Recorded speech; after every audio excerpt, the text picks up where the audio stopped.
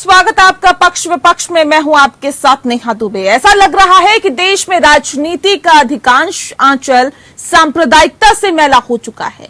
देश के मौजूदा राजनीतिक परिदृश्य को देखकर लगता है कि जिस तरह से राजनीतिक और बौद्धिक इलीट के बीच नव उदारवाद पर सर्वसम्मति है, उसी तरह से सांप्रदायिक राजनीति या कहें कि राजनीतिक सांप्रदायिकता पर भी सर्वसम्मति बन चुकी है। धर्मनिरपेक्ष कही जाने वाली राजनीतिक पार्टियां भी सांप्रदायिकता का सहारा ले रही है, जिसके चलते देश की पूरी राजनीति सांप्रदायिक होती जा रही है। देश के 13 राजनीतिक दलों के नेताओं ने हाल में हुई सांप्रदायिक हिंसा और नफरत भरे भाषणों को लेकर गंभीर चिंता जताई है। हालांकि ये संयोग ही था कि जब विपक्ष के नेताओं का संयुक्त बयान सामने आया, उसी दौरान राजधानी दिल्ली का जहांगीरपुरी इलाका सुलग उठा। यहां हनुमान जयंती पर निकाली जा रही शोभा यात्रा के दौरान पथराव की घटना घटी। इसके बाद हिंसा में 6 नहीं बल्कि 9 लोग घायल हो गए। बताया भी जाता है कि बीजेपी समाजवादी पार्टी के नेताओं के सांप्रदायिक बयान हाल ही में सामने आए और अब झारखंड के एक मंत्री सांप्रदायिक कार्ड खेलते हुए दिखाई दिए। राज्य के पर्यटन, युवा, अनुसूचित जनजाति एवं अल्पसंख्यक कल्याण मंत्री हफीजुल हसन अंसारी ने झारखंड के गढ़वा में बड़ा विवादास्पद बयान दिया। हफीजुल हसन अंसारी ने धमकी भरे अंदाज में कहा कि अगर देश में मुस्लिमों को परेशान किया गया तो इसका नुकसान हिंदुओं को भी उठाना पड़ेगा। उन्होंने कहा कि जब एक धर्म विशेष के 20 लोगों के ज्यादा डिस्टर्ब होने पर उनका घर बंद होगा तो दूसरे पक्ष के 70 लोगों का भी घर बंद होगा। इससे सभी को नुकसान होगा। गढ़वा में एक इफ्तार पार्टी में दिल्ली की जहांगीरपुरी हिंसा को लेकर पूछे गए एक सवाल के जवाब में मंत्री हफीजुल हसन ने कहा कि केंद्र सरकार की ओर से देश में एक धर्म विशेष के साथ जो किया जा रहा है, जो हो रहा है, वे सबको पता है, उससे सबका नुकसान होगा। उधर बीजेपी प्रदेश अध्यक्ष दीपक प्रकाश ने मंत्री के इस बयान पर तीखी प्रतिक्रिया व्यक्त करते हुए उनसे इस्तीफे की मांग की है। दीपक प्रकाश ने ट्वीट में लिखा है कि अगर मुख्यमंत्री जी में हिम्मत है तो इस मंत्री का इस्तीफा लेकर दिखाएं। इस सबके बीच कांग्रेस ने अपने मंत्री हफीजुल हसन अंसारी को अमर्यादित भाषा का प्रयोग करने को कहा है। आपको बता दें कि दरअसल नेताओं के इस तरह के विवादित बोल आम लोगों को भड़काने का काम करते हैं और समाज की शांति को और कानून को प्रभावित करते हैं।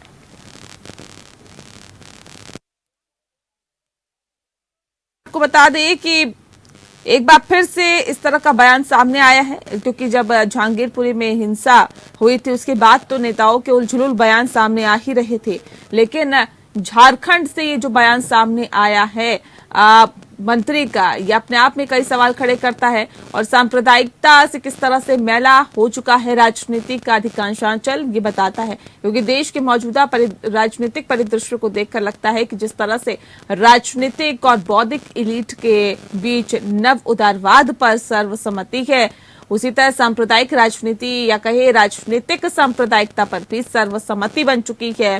धर्मनिरपेक्ष कही जाने वाली राजनीतिक पार्टियां भी सांप्रदायिकता का सहारा ले रही है, जिसके चलते देश की पूरी राजनीति सांप्रदायिक होती जा रही है। देश के 13 राजनीतिक दलों के नेताओं ने हाल ही में हुई सांप्रदायिक हिंसा और नफरत भरे भाषणों को लेकर गंभीर चिंता जताई। हालांकि ये संयोग ही था कि जब विपक्ष के नेताओं का संयुक्त बयान सामने आया, उसी दौरान राजधानी दिल्ली का जहांगीरपुरी इलाका सुलग उठा। ये संयोग था या ये प्रयोग था, ये तो कहा नहीं जा सकता, लेकिन जो हालात फिलहाल देश में बन रहे हैं ये वाकई अपने आप में कई सवाल खड़े करते हैं। झारखंड के एक मंत्री सांप्रदायिक कार्ड खेलते हुए दिखाई दिए और राज्य के पर्यटन, युवा, अनुसूचित जनजाति एवं अल्पसंख्यक कल्याण मंत्री हफीजुल हसन अंसारी ने झारखंड के गढ़वा में बड़ा ही विवादास्पद बयान दिया है।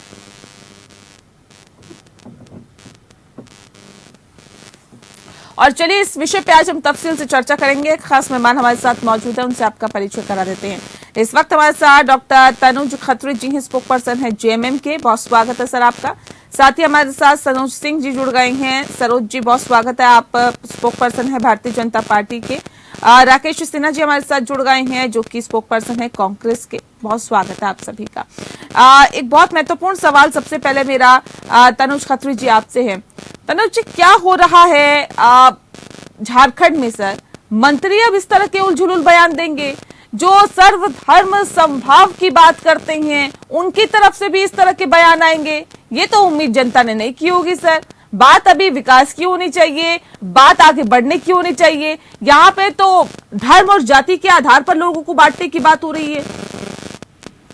जी बिल्कुल, आपने बहुत सही बात कही कि बात अभी विकास की होनी चाहिए, बात अभी रोजगार की होनी चाहिए, बात अभी पूरे देश में बिजली की संकट की होनी चाहिए, बात अभी पेट्रोल और डीजल की होनी चाहिए। लेकिन ये उलूल जुलूल बातें करने का सिर्फ और सिर्फ काम कुछ चुनिंदा लोगों ने देश के और भारतीय जनता पार्टी ने ठेका उठा लिया है कि किस तरीके सर आपकी पार्टी में जो है उनकी बात करिए ना। फिलहाल तो सेट कर रहे हैं, आप पूरा बयान चलाइए कि क्या बोला माननीय मंत्री, क्या बोला? अच्छा बताइए, इस तरीके का डिबेट नहीं क्या बोला आप बताइए ना सर।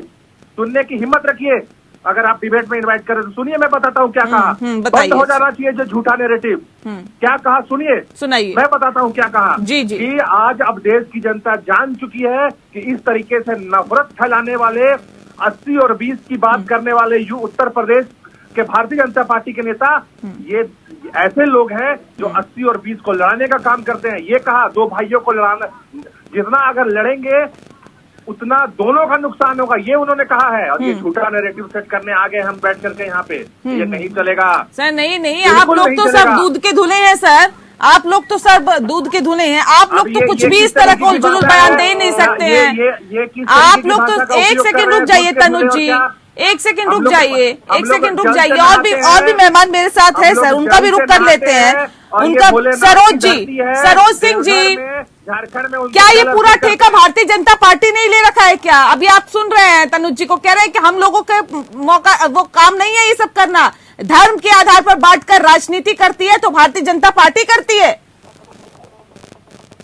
देखिए एक बात मैं बताऊं आपको कि भारतीय जनता पार्टी क्या बात करती है, कांग्रेस पार्टी क्या कहती है और झारखंड मुक्ति मोर्चा क्या कहता है, विषय वो नहीं है। एक जिम्मेवार पद पर बैठा हुआ व्यक्ति जो राज्य का मंत्री हो और इस तरह की भाषा का इस्तेमाल कर रहा हो, इस तरह के भड़काऊ बयान दे रहे हो, तो आप समझ सकते हैं कि हालात क्या है। अब जिम्मेवार पद पर बैठा हुआ व्यक्ति अगर इस तरह से जो है बयान देगा, इस तरह से बयानबाजी करेगा, इस तरह से भड़काऊ भाषण, जिनको लोगों को संभालने का, जनता को जो है एक तरह से कहें तो समाज में कैसे समरसता बना रहे और समाज में कैसे ये करे, उनकी जिम्मेवारी। और वो व्यक्ति इस तरह का बात कर रहा हो लोकतंत्र में, आप समझ सकते हैं। इसलिए आप नहीं, ये क्या बताने की कोशिश है सरोज जी, ये क्या जताने की कोशिश की जा रही है? देखिए ऐसे मंत्री को तो मेरे हिसाब से ऐसे मंत्री को पद से बर्खास्त कर देना चाहिए, या तो इस्तीफा दे दे या तो बर्खास्त कर देना चाहिए। जिसको जिम्मेवारी है समाज में समरसता बनाने की और उनका काम भारत सरकार के मंत्री और इस तरह का बयान दे रहे हो कि इधर 20% का घर टूटे, अगर नुकसान होगा तो उधर 80% नुकसान होगा। इसका मीनिंग क्या है जरा बता दीजिए, हम लोग तो नहीं समझते इतना हिंदी। ठीक है राकेश सिन्हा जी, ऐसे मंत्री को बर्खास्त कर देना चाहिए, भारतीय जनता पार्टी ये मांग कर रही है। और दूसरी बात ये, और ऐसे लोगों के साथ आपने सरकार बना रखी है झारखंड में, ऐसी पार्टी के साथ सरकार बना रखी है जिसके जो नेता है वो इस तरह के बयान देते हैं। क्या आप लोगों ने अपनी विचारधारा से समझौता कर लिया है? इससे क्या ये अंदाजा लगाए, ये कहा जा सकता है क्या सर? आप लोग तो सारे धर्मों को साथ लेकर चलने की बात करते हैं, अब क्या ट्रैक चेंज हो गया है क्या? पहले तो मैं सरोज जी की बात को सुन रहा था, बिल्कुल हमें लगता है जिम्मेदार पद पे बैठा व्यक्ति जो देश के प्रधानमंत्री, उन्हें भी कम से कम वो जिस प्रकार 2014 से लगातार देश में एक नफरत का माहौल पैदा करने, हर मुद्दे को डाइवर्ट करने, सांप्रदायिक रंग, तो उन्हें भी भारतीय जनता पार्टी लोगों को भी कम से कम देना चाहिए। जिस प्रकार भारतीय जनता पार्टी सरकार बनने के साथ देश में पूरी संवैधानिक संस्थाओं का चयन हो गया है, अपने स्वार्थ का उपयोग करके भाजपा ने जिस प्रकार लोकतंत्र को कलुषित करने का काम किया है, स्वाभाविक तौर पे इसे लोगों को आत्मचिंतन कर ले। सर, तो जब अपने आप में भारतीय जनता पार्टी तो फ्रंट फुट पर आकर बैटिंग करती है। अगर आप लोग सर सभी धर्मों को साथ लेकर चलने की बात करते हैं और ऐसे नेता को पार्टी में रखा हुआ है, मंत्री बनाया हुआ है, तो जाहिर तौर पे इसमें तो सवाल उठते हैं ना। क्या वाकई आपको लगता है कि अगर जेएमएम के नेता ने इस तरह का बयान दिया है तो आप लोग भी मांग करेंगे कि इस्तीफा होना चाहिए? मैं बताऊं आपको, देखिए हमारी सरकार संवेदनशील सरकार है। भाजपा की तरफ पुलिटर चला करके और अखबारों में अपना समाचार, हम गरीबों को इस बयान का समर्थन आप करते हैं या नहीं करते हैं? हेलो, इस बयान का समर्थन करते हैं या नहीं करते हैं सर? नहीं, देखिए मुझे क्या लगता है कि उनका बयान जो है का उन्होंने ये कहा है मंत्री ने कि लोगों के ऊपर चलाने प्रधान कर रहे हैं, तो स्वाभाविक तौर पर आप देखें कि किस प्रकार 2014 इस देश में एक कार्य किया जा रहा। लोकतंत्र का देश है ना, देश में लोकतंत्र, अब लोकतंत्र में कोई पाया अगर हट जाएगा तो धाराशाही हो जाएगा। स्वाभाविक तौर पे क्या लगता है, इस देश को बनाने में अगर उन्होंने अपना बहाया, स्वाभाविक तौर पे इस देश को बनाने में मुसलमानों ने भी अपना ये नहीं तो धर्म के आधार पर अब देश को बांटने का काम किया जाएगा क्या? मैं बता रहा हूँ आपको, लोगों ने तो माफी फिर काला ने कहा, हाँ, माफी मांग करके ले लिया है। ठीक है राकेश जी, आपकी आवाज ठीक से नहीं आ रही, एक बार फिर से आपसे कनेक्ट करते हैं। तनुज जी, अब भारतीय जनता पार्टी कह रही है कि ऐसे नेता का तो इस्तीफा ले लेना चाहिए, ऐसे मंत्री का इस्तीफा लेना चाहिए। ठीक है राकेश जी, ठीक है। ये सांप्रदायिक करना, देखिए राकेश जी ठीक है, मैं फिर लौटती हूँ। तनुज जी को बोले दीजिए, फिर मैं लौटती हूँ आपके पास। देखिए ये बोलने नहीं देंगे ना, ये बोलने नहीं देंगे। देखिए ये लोग कितने मानसिक रूप से भी दिवालिया हो गए हैं। तनुज जी से सवाल है मेरा, एक सेकेंड सरोज जी, एक सेकेंड रुक जाइए। तनुज जी आवाज मिल पा रही है आपको? बिल्कुल।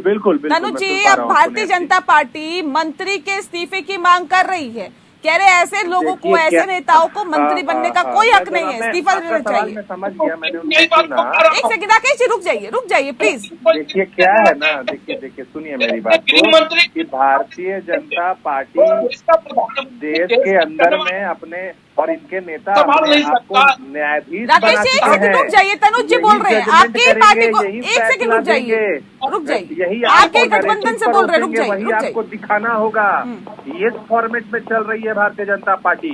पहले अपना घर संभालें, पहले अपने नेता को संभालें, और उसके बाद पहले देश की बागडोर है तो अरे देश को देखिए। पूरे 16 राज्य आज अंधेरे, आपके कारण बिजली नहीं है। कोयला आपने बेचने का काम किया पूंजीपतियों को, ये जवाब देंगे। ये सुप्रीम कोर्ट बन रहे हैं। नहीं, अब आपको भी क्या लगता है तनुज जी कि इसी ट्रैक पर चला जाएगा क्या? अब धर्म की राजनीति की जाएगी क्या? ये जब तक ऐसे लोग रहेंगे, जब तक भारतीय जनता पार्टी साजिश करते रहेगी, देश जलते रहेगा। इस देश को जलने से बचाना होगा आज। नहीं तो ऐसे बयान देकर देश को जलने से कैसे बचाया जा सकता है? ऐसे में तो ये तो आग में घी वाला काम हो रहा है, नहीं लग रहा आपको? आप देखिए, कॉपी पेस्ट करके मत दिखाइए चीजों को। कम से कम आपसे और आपके चैनल से मैं ये गुजारिश करता हूँ कि अभी तुरंत पूरा बयान चलाइए। और कैसे हफीजुल साहब ने कहा है कि अब देश की जनता इनके बहकावे में नहीं आएगी, तब जाकर के उन्होंने कहा है ये बात, उसको पूरा चलाइए आप। तब जाके उन्होंने ये कहा है कि 20 लोगों को चाहिए। देखिए मैं स्पष्ट बात करता हूँ, मुझे इधर उधर की बात करने नहीं आती है। तब जाके उन्होंने ये कहा है कि जब एक धर्म विशेष के 20 लोगों के ज्यादा डिस्टर्ब करने पर उनका घर बंद होगा तो दूसरे पक्ष के 70 लोगों का घर भी बंद होगा। ये तो सर आप वही बात कर रहे हैं जैसे उत्तर प्रदेश में 80 बनाम 20 वाली बात की जा रही थी। वो तो खुले तौर पर फ्रंट फुट पे खेलते हैं। आप लोग भी अगर इस तरह की बात करेंगे तो आप में और भारतीय जनता पार्टी के नेताओं में क्या अंतर रह जाएगा? चलिए, कम से कम एक नैरेटिव तो आपने मेरा अभी माना। थैंक यू सो मच कि आपने जस्टिफाइड किया कि भारतीय जनता पार्टी जो है नफरत की बात करती है, ये चीज एकदम क्लियर। इसी तरीके से हमें देखिए ये बड़े जो है मगरमच्छ, इनसे लड़ना है पूरे देश में, और हम धीरे धीरे तो सर कैसे लड़ा जाएगा? मैं वही बात आपसे पूछ रही हूँ बार बार, लेकिन आप उसका जवाब नहीं दे रहे। मैं ये कह रही हूँ कैसे लड़ा जाएगा? क्या आप भी वैसे ही उसी तरह की राजनीति करेंगे जैसे भारतीय जनता पार्टी कर रही है? बिल्कुल नहीं। हम ये राजनीति करने की बात कर रहे हैं कि इनके हर साजिश को विफल करने का काम किया जाएगा। ये किस तरीके से धर्म के नाम पर, किस तरीके से हिजाब के नाम पर, किस तरीके से धार्मिक जो पूजा पाठ करने की पद्धति होती है, मंत्र होते हैं, उनके नाम पर। इस तरह से तनुज जी कह रहे थे कि देखिए हम नफरत की राजनीति नहीं कर रहे हैं, हम नफरत की राजनीति नहीं कर रहे हैं, ये काम भारतीय जनता पार्टी का है। लेकिन क्या नहीं लगता कि एक एक करके आप इस तरह के जो बयान देते हैं, अगर योगी सरकार में जब चुनाव हो रहे थे तो मुख्यमंत्री योगी आदित्यनाथ ने 80 बनाम 20 की बात की थी, अब ये भी 20 बनाम 70 की बात कर रहे हैं, तो ये क्या बताने की और क्या जताने की कोशिश है? और क्या वाकई अब ये कहा जा सकता है कि जिसके घर खुद शीशे के होते हैं वो दूसरे के घरों पर पत्थर नहीं फेंका करते? पहले खुद भी समझ लीजिए कि क्या बोला जाए, कैसे बोला जाए, किस तरह से रिप्रेजेंट किया जाए। और अगर ये आप लोगों की लाइन पर ही चल रहे हैं तो क्या टक्कर ये आपको बखूबी दे सकते हैं क्या? देखिए, मैं एक बात बता दूं कि ये कितने मानसिक दिवालिया हैं ये लोग दिमाग से, कि विषय पर बहस हो रहा है, इनके मंत्री ने इस तरह का बयान दिया है, सरकार के मंत्री ने इस तरह का भड़काऊ बयान दिया है कि अगर 20% को नुकसान होगा तो 80% को भी नुकसान होगा। यानी सीधे सीधे उन्होंने चुनौती दिया है, उन्होंने चुनौती दिया है कि, और ये कहने की कोशिश किया है कि अगर टकराव होगा तो हम लोग ये 20% लोग, हमारा 20 नुकसान होगा तो आपका 80 नुकसान होगा, यानी हम लोग आपको 80 पर 20 हम लोग भारी है। इनके कहने का मीनिंग यही है। अब बताइए, मंत्री इस तरह से बयान दे रहा हो और इनसे जब उस पर आप राय ले रहे हैं तो ये लोग कह रहे हैं भाजपा के लोग ऐसे बोलते हैं, भाजपा के लोग बोलते हैं। अरे आप बोले हैं जो ऑन रिकॉर्ड है, जिस पर आप चर्चा हो रही है, और कौन भाजपा के नेता इस तरह का बयान दिया, जरा बताइए। आप इस तरह से अपने झूठ बोल करके चैनल में कि भाजपा ऐसा बोलती है, किस भाजपा ने ऐसा दिया, मैं चुनौती देता हूँ। क्या बताइए किस भाजपा के नेता ने इस तरह का बयान दिया? गोली मारो सालों को किसने कहा था? ने ऐसा बयान दिया, गोली मारो सालों को किसने कहा था? चैनल में बैठे हुए हैं, तो गोली मारो सालों को किसने कहा था? पूछिए इनसे। झूठ बोलेंगे तो ये लोग अब झूठ पर उतर गए हैं।